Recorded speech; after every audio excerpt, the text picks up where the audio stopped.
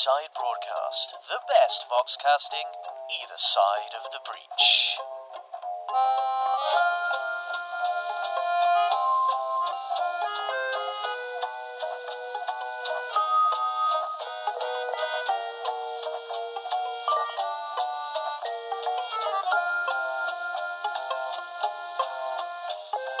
This is Tales of Malifaux, and we have reached the end of our current story arc. The twisting fates have run out, all but a tangled mess of string on the floor.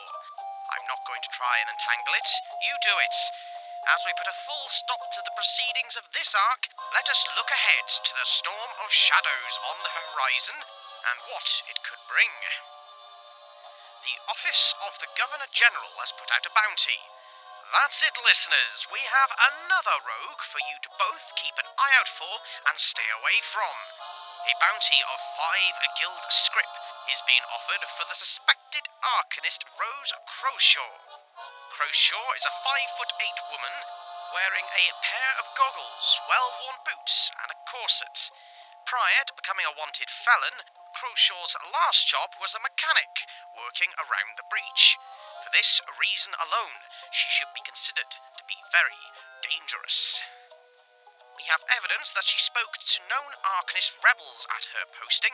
She was last sighted heading in the direction of the Hourglass Hotel and Saloon. Smaller rewards will also be given out for information on her whereabouts and any potential contacts. Here is our first tale for today, Martial Law.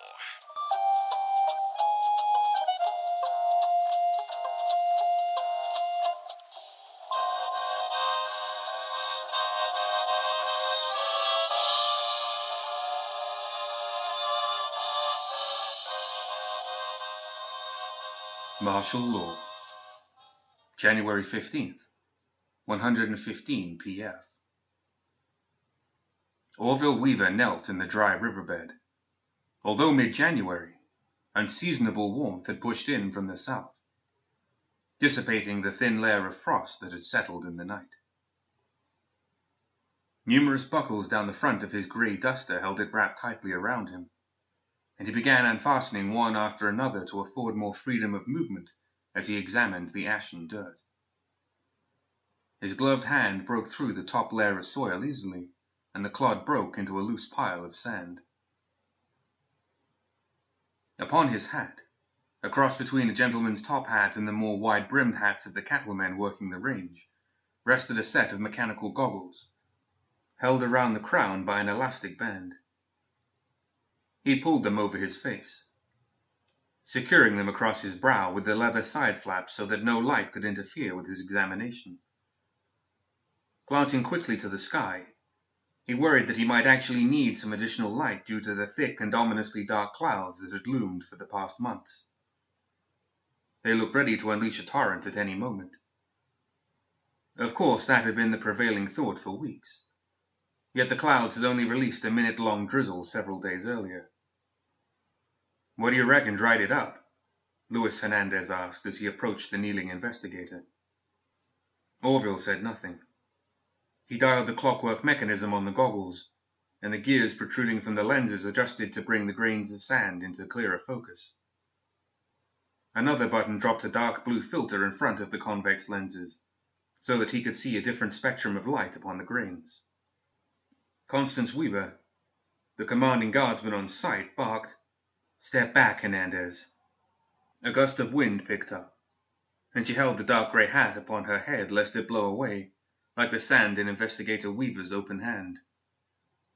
He studied the grains as they blew, the opaque cerulean lenses close to the material as it quickly flew in the breeze.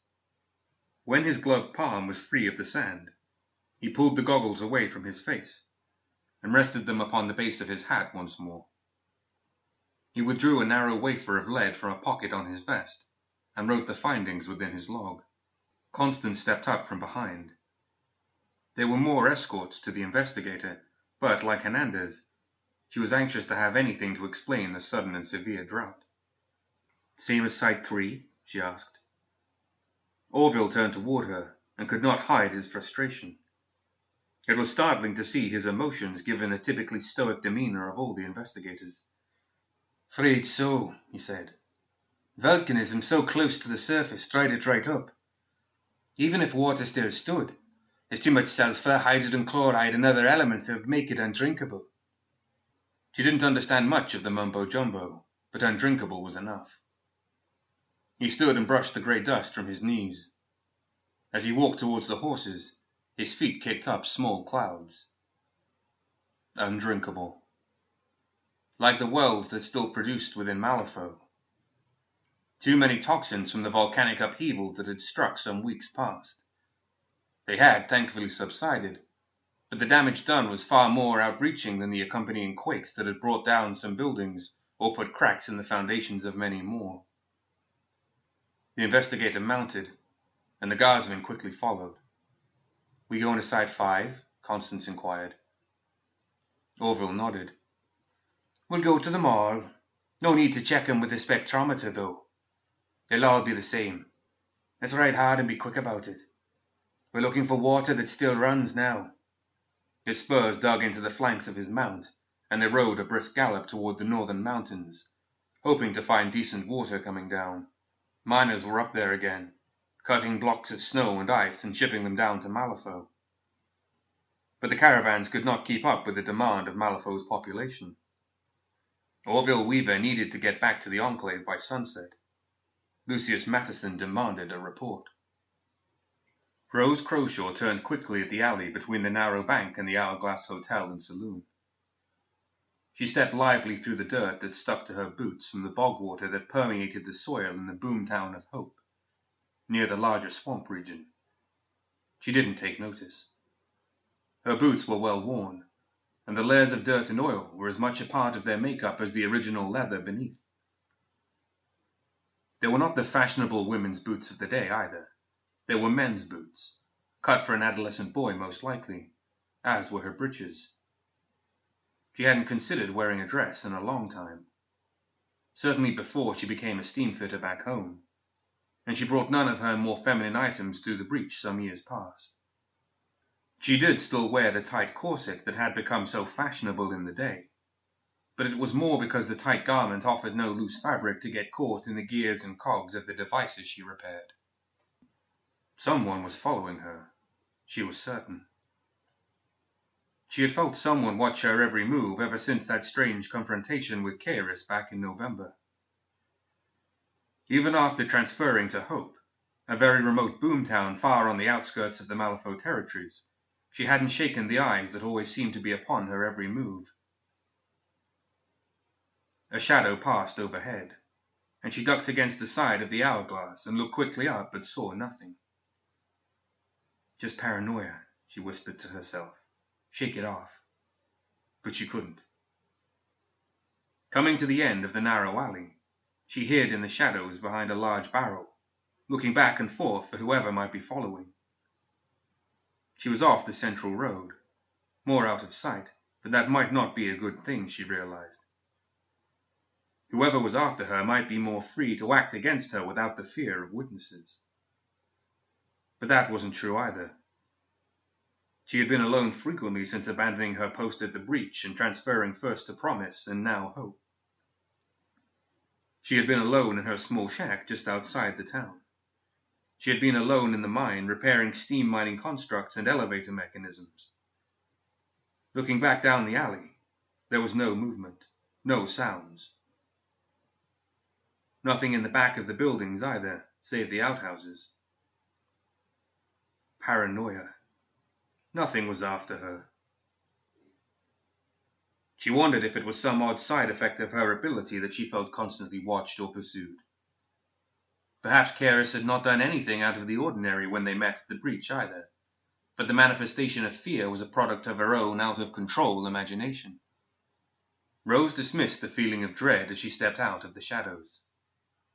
Along the backs of the building, she'd at least feel more certain that no one else was nearby. The sound of a scratch upon the roof above her made her freeze, and she looked up in a panic. Only a dark cat. It ran along the edge of the roof line as she chastised herself for irrational fear and continued on. but the cat leapt from the roof before her. As it descended, it changed in mid-air, shifting in size and shape in the span of a second or two.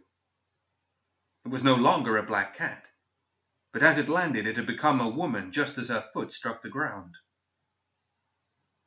She stood before a very stunned and speechless Rose Crochet. The woman's thick blonde hair flowed over her tanned shoulders like a mane. Rose turned to run. She spun, but behind her stood a powerfully built man. His dark skin, tightly knotted dreadlocks, and thickly muscled torso, exposed to the winter elements, made him seem primal. How he snuck up behind her without a sound, and from out in the open, she couldn't understand. Anxiety and the sense of doom turned to outright panic, and she was about to scream when the dark man touched her forehead with the tip of his curved staff. As it touched her skin, she heard a low hum within her mind. Images of running in a pack, of being free of a society that made such demands upon her for behavior and thought. She was bombarded by images of independence. "Calm," the man said, his voice resonant and commanding. She obeyed. Her hammering heart slowed almost instantly, and the fear dissipated as quickly. She would follow any command he gave her. In his presence she felt safe and confident. "I am Marcus," he said. "You will be safe with me." She already knew that. Looking up into the depth of his eyes, she knew she would have nothing more to fear. "You were following me?" she asked. "We were not the only ones, but those agents will no longer be a concern to you, or anyone else for that matter." She knew it was true. With him leading her, she was secure that nothing would be a concern for her. With him she felt free of society, and had a strange new sensation to abandon everything she knew of her role as a mechanic. She never fit in anyway, she thought, never wanted to belong. She had always sought to be free. She wanted to run.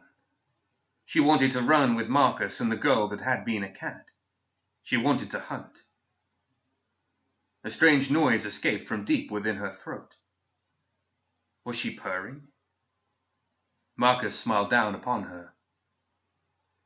"The strength you feel comes from the primal power unlocked from within. It will dissipate shortly." He touched her again with the tip of his shillelagh. Even more commandingly he said, "You will remember the strength you feel." She would never forget. She didn't need him to command it. "Where are we going?" she asked. It didn't really matter. She'd follow him anywhere. "Into hell, most likely," he said. He smiled. The danger he anticipated intoxicated him, and she felt it too. "Why have you chosen me?" "You have a primal skill I need, one that I want, and have sought my whole life. I will study you.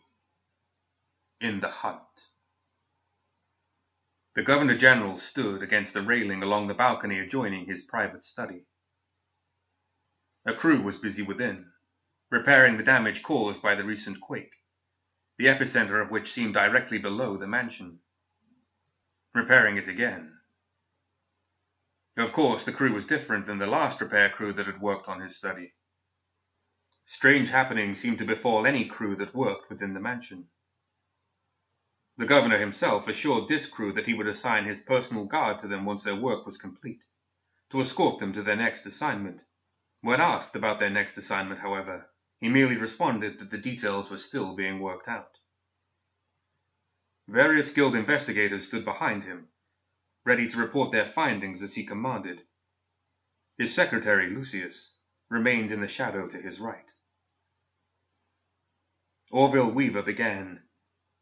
"As we suspected, sir, the volcanic activity did more than shake and batter the city. The release of different chemicals and compounds has poisoned what water might be found in the numerous wells, and a saturation of heat in the soil seems to have quickly dried up The otherwise plentiful running water sources coming into the city from out of the mountains. The volcanic drought extends to the mountains? The governor inquired. Nearly. But the recent sub-zero temperatures have the water there frozen too deeply to melt even at the base of the mountains. He thought on it for a moment, staring south upon his city. Mr. Clem, he commanded, what are your findings on the livestock? Investigator Clem was considerably meeker than Weaver, and he shook far too visibly in the presence of both Lucius Mattison and the Governor-General. Even the other investigators made him uncomfortable. He regretted accepting the position as a field agent, not for the first time.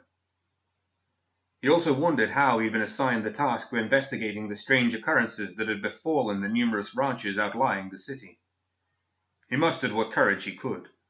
Speaking quickly to get it over with as soon as possible, he said in a squeaking voice, As Mr. Mattison predicted, some ailment has befallen the non-indigenous animal stock brought here from Earthside. They've gone feral. Animals long domesticated and long unthreatening have developed a strange thirst for blood. He thought he was finished. He thought that would be enough. The Governor-General said, Go on. Roger Clem swallowed hard, and the sound carried to them all. They attack anything in sight. They kick, scratch, bite anything moving. They refuse to eat anything save living flesh. Has it spread to the other ranches? Not yet. I predict it will have infected them all within weeks. A month at the most. Cause? Unknown, sir. Malifaux, I guess. The joke fell flat. He regretted the attempt. Investigator Amelia Estremera spoke up, saving the uncomfortable Clem from any more scrutiny. This does not bode well for the social climate in Malifaux, she said. The governor actually turned to face her, irritated that she spoke out of turn without waiting for him to address her. Still, he knew her intent, and had all he needed from Roger Clem, as the man was clearly without any new information of any worth. In fact, it only offered what was already known and told to him before setting out on his investigation. It's not your job to gauge the demeanor of the city's inhabitants, Miss Estremera, he said archly. It's mine.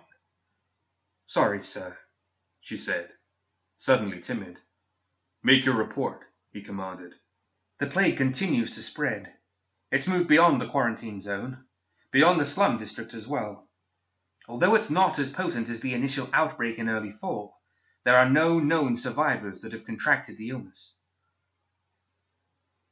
He turned to the final investigator.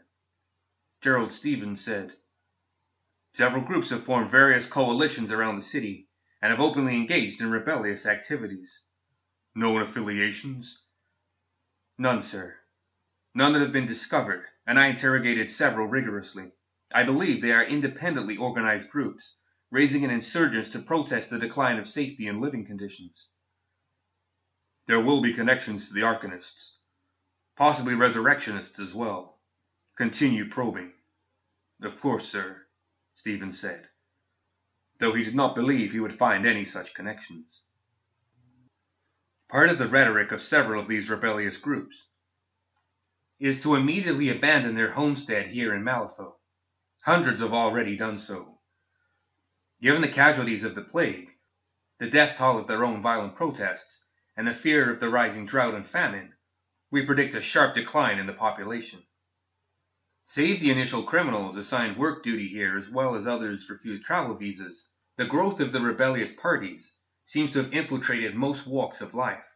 If conditions worsen as predicted, the governor had heard enough and cut him off. Madison, he barked irritably, close the breach to travel. Effective immediately. Limit the run to soulstone shipment and essential goods import. Immigration as well? Lucius asked. No need to add to the discontent. No travel.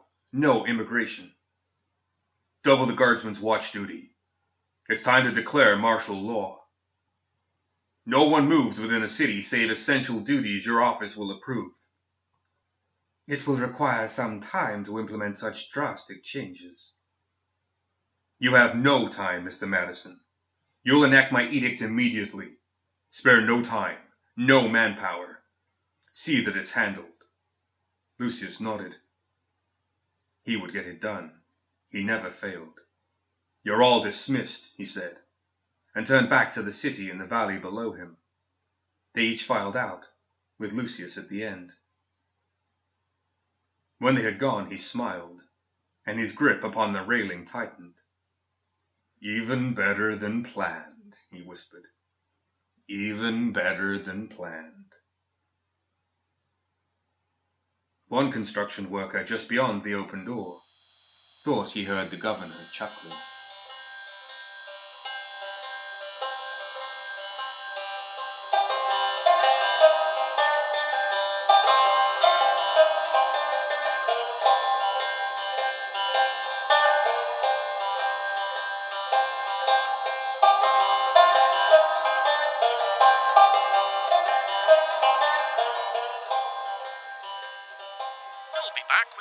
Part of our story after this word from our sponsors.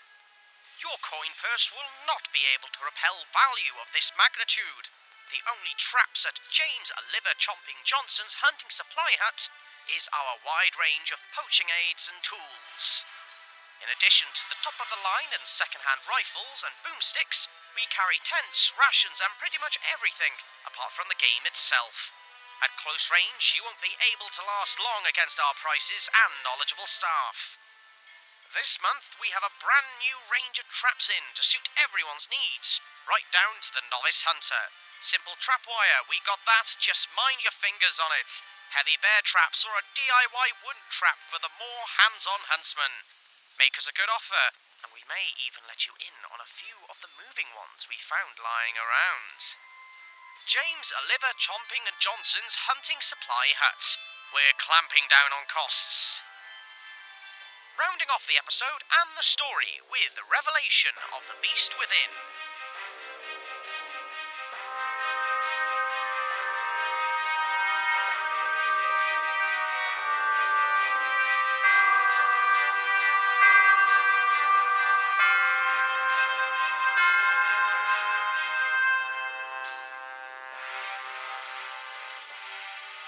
Revelation of the Beast Within. January 19th, 115 p.f. Dr. Carl Morrow leaned close to the face of his patient. Secured to the bed with leather straps a quarter-inch thick, and metal buckles reinforced beyond what might have been necessary for even the most robust and difficult of his patients. For Perdita, they were significantly thicker and stronger than would ever have been required, especially now, given her comatose state these past months. Unmoving save the subtle trembling of her lower lip as she gibbered incoherently in the vast depths of her endless dreams. His eyes, just inches from her flesh, watched a ray of sunlight fall upon the side of her face and gently warm her dark skin. "Oh," he whispered in awe, as the line of her forehead and nose took on the glow spilling through the narrow window, several feet beyond the bed. He ran his index finger down her face, between her eyes and along the bridge of her nose, tracing the sunlight that irradiated her flesh. "Perdita Ortega," he said in a whisper. He had a tendency to over-enunciate his words, and small droplets of spittle struck her earlobe and cheek as he punctuated the sounds. "So much rest time," he said, still gently stroking her facial features with the tip of his finger. It neared the tip of her nose. "Beauty sleep, rest for the wicked." He chuckled. His finger slid down the base of her nose and across the depression above her upper lip.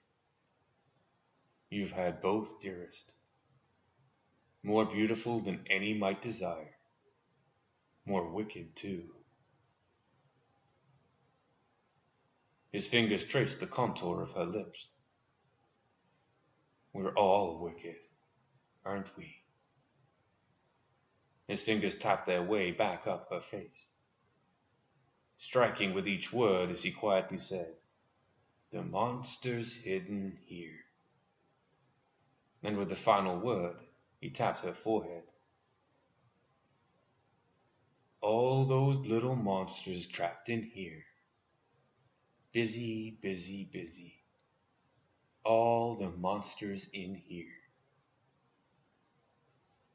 Time meant nothing to Perdita. To Dr. Morrow, she had been there for over 5 months. To her, she had just arrived. The voice of a boy, a student lost at Kythera, struggled to speak to her again. But she couldn't hear him well. She was floating in a pool of dark water. Just her nose and lips rose above the surface. Her eyes couldn't see through the dark substance, turning the light from above to a strange indigo. "The truth," she heard the boy say. "Don't say it," another voice, even more faint, said in the indistinct darkness above her. An older voice, conveying wisdom in its words, said, "She can handle it. It's why she's here." "She's here because she's dead. They're all dead." "No, not yet. Not dead. There's no escaping Malifaux," another said, as Perdita struggled to lift herself from the pool, to hear more clearly. "What's the truth?" she asked. "Don't tell her," the distant voice urged. "She's not ready. Doesn't know where she is." "None of them do. Where am I?" "Dead." "No, she's not." "She's here, isn't she?"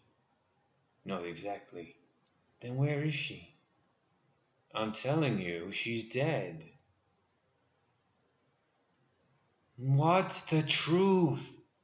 she managed to scream in the darkness of her mind. She couldn't speak to them the way she wanted to. Didn't understand where she was or how she'd come to be there. The voices tried to show her what she needed to know, but they didn't know how to speak to her either. They spoke over each other and contradicted one another. The voice of that young man, a student that went to Kythera on an expedition and never returned. His voice was stronger than the others. It rose above theirs to speak to her more conversationally about what they had discovered at Kythera. He explained where she was. He explained what she was. The others were right. She wasn't ready for the truth. It's not that she didn't like it. She couldn't accept it. His words were a revelation to her, explaining what he had seen at Kythera, what they had all seen. It's the truth that had driven them mad. It's the madness that had led to them tearing into one another, ripping one another's flesh right off their bodies. "The little monsters are dancing in here," Dr. Morrow whispered. "Busy, busy, busy." He inhaled sharply, smelling her hair. It hadn't been washed in weeks. He didn't mind. She was intoxicating. "We all have those little monsters we try to hide, don't we, Miss Ortega? Try to keep them out of the public eye. to keep them under wraps, as it were. Sometimes our monsters are harder to control than others. Lucius Madison stepped out of the shadow behind the doctor. He was silent in his movements, and when he said, "Some monsters are more palpable than others," the doctor screeched and knocked his teeth against Perdita's cheek when he jumped. He stood and spun in a movement, and the governor's secretary was uncomfortably close. He fidgeted with his lab coat, pulling it taut in the front and buttoning it severely and quickly. "Some are more real than you realize," he added quietly. Dr. Morrow smiled faintly and laughed uncomfortably. Sternly, Lucius said, "Leave us." The doctor didn't argue, excusing himself without a word. Madison loomed above the comatose body of Perdita, staring intently. "We have need of you," he said to her, his voice dry and wispy. He pressed his open fingers down upon her face, spanning the breadth of her skull. He pressed violently, squeezing painfully. A soulstone was crushed in his other hand, the milky white vapors entwining his arm before he could redirect its powerful influence. "Awaken," he commanded, and his voice boomed. Her eyes snapped open.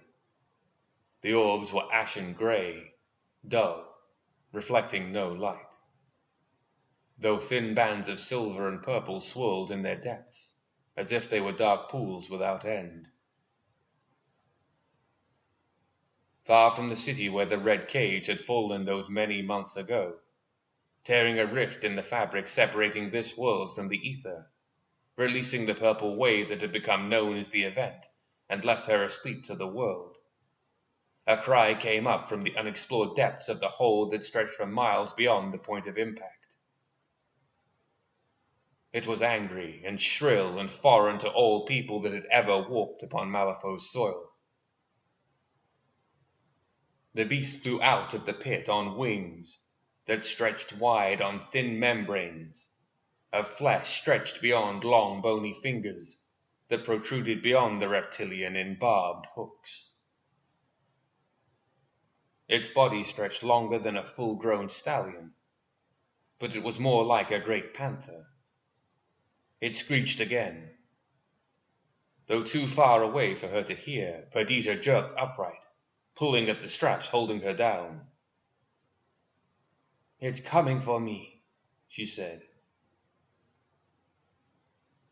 Bands of purple and silver swam in the depths of her grey eyes.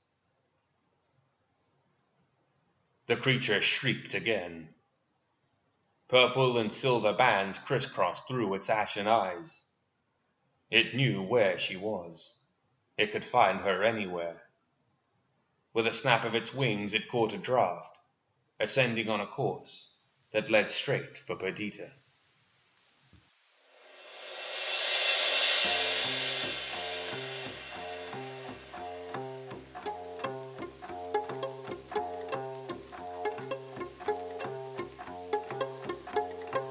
That's our story arc all complete.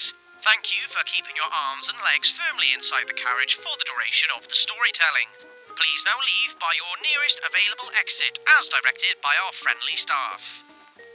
In the news this week, a winged, never-born creature has been sighted circling above Malifaux. This may not seem like anything out of the norm, but it is a type of creature that we have not seen before.